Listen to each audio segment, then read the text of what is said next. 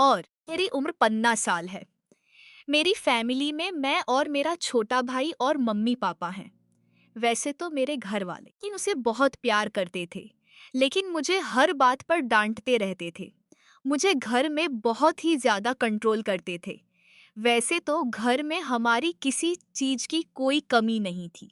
मैं बहुत अमीर घर से थी, लेकिन मेरी जिंदगी में सिर्फ एक चीज की कमी थी, और वो थी आज़ादी। मेरे माँ बाप मुझे हर वक्त कसाई की नज़रों से देखा करते हैं, ले वह हमेशा मुझे हर बात पर डांट देना, मुझे किसी से मिलने ना देते ना, मुझे किसी के घर जाने देते थे। मुझे अपने पापा से बहुत डर लगता था। वह हमेशा कहते थे, अगर मैं तेरी कोई बात गलत सुन ली तो मैं तुझे जान से मार दूंगा। उस वक्त मैं 11वीं क्लास में थी। मेरे पापा मुझसे कहते थे, क्लास में कभी भी तुम दोस्त मत बनाना और ना ही किसी दोस्त के घर जाना, और लड़कों से तो हमेशा दूर ही रहना। मैं रोज स्कूल जाती और स्कूल से आने के बाद अपने घर पर एक जेल खाने में बंद हो जाती। मेरा घर किसी जेल से कम नहीं था। मेरे पापा मुझे हमेशा घर के अंदर बंद करके रखा करते थे। पापा के दोस्त हैं विजय अंकल, जो बहुत ही समझदार और सुलझे हुए इंसान थे। उनकी उम्र 50 साल थी। वो मेरे पापा के बिजनेस पार्टनर भी थे। उन्हें सब कहते थे क्योंकि वो बहुत ज्यादा काले थे। इस वजह से उनकी शादी भी नहीं हुई थी। वो अब तक कुंवारे थे। अंकल का हमेशा हमारे घर पर आना जाना लगा रहता था। मैं उन्हें बहुत ज्यादा मानती थी क्योंकि वो मेरी हर बात को समझते थे। वह ये हमेशा मुझसे कहते थे, पता नहीं तुम्हारा बाप इतना सख्त मिजाज क्यों है, तुम कितनी प्यारी हो, फिर भी वह तुम्हें हमेशा एक कसाई की नजरों से देखता है। तुम बेटी हो ना, इसीलिए वह तुमसे ज्यादा प्यार नहीं करता, तुम्हारे भाई से ज्यादा प्यार करता है। मैं अंकल को अपना दोस्त मानने लगी थी। मैं उनसे अपनी हर बात शेयर करती थी। अंकल जब भी घर आते थे तो मेरे पास जरूर बैठते थे। मेरे दिल की सारी फरियादी वहीं सुनते थे। मैं हमेशा अंकल के साथ पार्क में जाया करती थी और खूब खेला करती थी। वैसे तो मेरे घर वाले कहीं मुझे भेजते नहीं थे, लेकिन अंकल की शादी नहीं हुई थी और ना ही उनकी कोई औलाद थी। वह मुझे बेटी की तरह चाहते थे, इसलिए मेरे पापा उनके साथ मुझे भेज दिया करते थे। जब मैं सस्ता या साल की हुई, तब मुझे प्यार का कुछ कुछ एहसास होने लगा। मेरे स्कूल में रोहित नाम का लड़का मेरे साथ ही नहीं पढ़ता था। मेरे और रोहित के बीच में अच्छी दोस्ती हो गई और हम दोनों एक दूसरे से प्यार भी करने लगे थे। लेकिन यह बात मैंने किसी को भी नहीं बताई थी, अंकल को भी नहीं। मैं रोहित के साथ एक पार्क में चली जाती थी और वहां जाकर हम लोग अपनी ही दुनिया में मगन हो जाते। एक दिन मैं रोहित के साथ इस कदर खो गई थी जैसे मुझे बाहर की दुनिया से कोई फर्क ही ना पड़ता हो। मुझे रोहित का साथ अच्छा लगने लगा था। वह भी मुझसे पहले बहुत प्यार करता था। मेरी और रोहित की मुलाकात सिर्फ स्कूल में ही होती थी।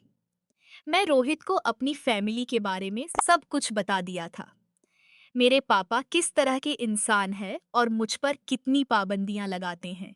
इस पर रोहित बोलता है, कोई बात नहीं, जैसे ही तुम 18 साल की हो जाओगे तो मैं अपने पेरेंट्स को तुम्हारे घर रिश्ते के लिए भेज दूंगा।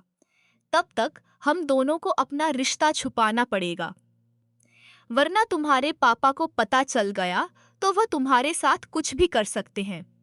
एक दिन मैं और रोहित ने स्कूल से जल्दी छुट्टी ले ली थे और हम दोनों इस पार्क में टहलने चले गए, जिस पार्क में अंकल मुझे ले जाया करते थे। रोहित मेरी गोद में अपना सर रखकर लेटा हुआ था। हम दोनों एक दूसरे में खोए हुए थे। तभी अचानक वहां पर अंकल आ गए और उन्हें चुपचाप हम दोनों की फोटो खींच ली और वापस चले गए। मुझे कुछ भी होने का अंदेशा नहीं था। मैं तो ये भी नहीं जानती थी कि मुझे और रोहित को अंकल ने देख लिया है। थोड़ी देर बाद मैं अपने घर लौट आई और रोज की तरह अपने कमरे में जाकर बैठ गई। मैं अभी भी रोहित के ख्यालों में इस कदर खोई हुई थी कि मुझे कोई भी होश की हवास था ही नहीं। कुछ देर बाद अचानक अंकल मेरे कमरे में आए और मैं उन्हें हैरान होकर देखने लगी। वह मैंने कहा, अंकल आप इस वक्त आइए, बैठिए। मेरे बगल में आकर बैठ गए और थोड़ी देर तक खामोश रहे। मैंने कहा, अंकल क्या बात है, आप इतने चुप चुप क्यों हो रहे? बोले, काव्या मैं तुम्हारे बारे में सब कुछ जानता हूँ। मैं पहले उन्हें थोड़ा हैरानी से देखने लगे।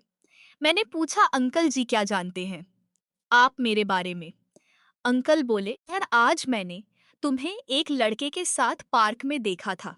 जैसे ही मैं अंकल के मुंह से यह बात सुनी, मैं बहुत ज्यादा डर गई। मैं अंकल से कहने लगी, अंकल जी प्लीज अब पापा को मत बताना, वरना मुझे जान से मार देंगे। यह बात सुनकर अंकल जी पता नहीं क्यों मुझे अजीब सी नजरों से देखने ये वह के आने लगे कि मैं किसी को कुछ भी नहीं बताऊंगा, लेकिन बदले में मुझे भी कुछ चाहिए। मैं बोली, क्या चाहिए? कि आपको जो चाहिए मैं आपको देने के लिए तैयार हूँ, लेकिन पापा को मत बताइएगा मेरे मुंह से। यह बात सुनते ही अंकल जी एक जहरीले मुस्कान दिखाते हुए फट से कहते हैं, देखो काव्या, ये तुम्हें मेरे साथ वह सब करना होगा। मैं अनजान बनते हुए अंकल से बोली, क्या करना होगा अंकल? मुझे? तब अंकल बोले, काव्या इन्हें तुम्हें मुझे खुश करना पड़ेगा। जो तुम अपने बॉयफ्रेंड के साथ कर रही थी, खेल मेरे साथ खेलना पड़ेगा। अंकल जी का यह नया रूप देखकर तो मैं हैरान हो गई। ऐसा लगा जैसे मेरे सर पर किसी ने बम फोड़ दिया हो। मैं उनके मुंह से इस तरह की बात सुनने की कल्पना भी नहीं की थी। मैं तो उन्हें यार ना हमेशा अपना आइडियल मानती थी। मैंने कहा, अंकल जी मैं तो आपकी बेटी जैसी हूँ। मैं अपने पापा से ज्यादा आपको ही मानती हूँ। आप ऐसा कैसे सोच सकते हैं? या बोले, देख लो तुम्हारी मर्जी। तुम्हारे पास दो ऑप्शन है।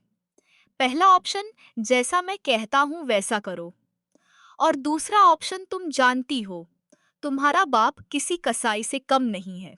जैसे ही मैं तुम्हारी तस्वीर उसे दिखाऊंगा, वह तुम्हें जान से मार देगा। अब फैसला तुम्हारे हाथ में है। जिंदा रहना चाहती हो, सोच रहा हूँ तुम्हारी बेटी काव्या को भी अपने साथ ले जाओ। वैसे भी वह हर वक्त अपने घर में बंद रहती है। तुम तो उसे कहीं बाहर निकलने ही नहीं देते। इस बहाने से वह शायद घूम ले। लेकिन मेरे पापा बोले, हाँ यह तो सच है। मुझे अपनी बेटी का घर से बाहर निकलना बिल्कुल भी अच्छा नहीं लगता, लेकिन तुम्हारा साथ भेजने में मुझे कोई ऐतराज नहीं। मैं जानता हूँ क्या तुमने बचपन से आज तक मेरी बेटी को अपनी औलाद की तरह समझा है, इसलिए मैं तुम पर भरोसा करता हूँ। तुम जहाँ चाहे उसे ले जा सकते हो। फिर अंकल मेरे पापा से बोले, हो सकता है पूरी रात ना आ पाऊँ, क्योंकि जहाँ की पार्टी है वह जगह बहुत दूर है, इसलिए मैं सुबह तक ही आ पाऊंगा। मेरे पापा बोले, कोई बात नहीं है काव्या, अगर ये तुम्हारे साथ है तो मुझे कोई फिक्र नहीं है। मैं अपने पापा और अंकल की सारी बातें सुन रही थी, लेकिन मैं कोई भी फैसला नहीं ले पा रही थी। मन तो कर रहा था कि मैं आत्महत्या कर लूं। ऐसी जिंदगी से तो अच्छा मौत भली। थोड़ी ही देर में अंकल मुझे अपने साथ अपने घर ले गए। जैसे ही मैं उनके घर पहुंची, मैं फिर से अंकल से मिन्नत करनी शुरू कर दी, लेकिन उन्होंने मेरी एक ना सुनी। वह कहने लगे, देखो काव्या, तुम मेरी सगी बेटी तो हो नहीं जो मैं तुम पर तरस खाओ, और वैसे भी तुम मुझे पहले से ही बहुत पसंद थी। मेरी शुरू से ही तमन्ना थी कि मैं तुम जैसी कच्ची गली के साथ हर वक्त गुजारूं। मैं तो मौके की तलाश में था, और देखो वह कि मौका मुझे मिल गया। वो भेड़िया पूरी रात मुझे नोचता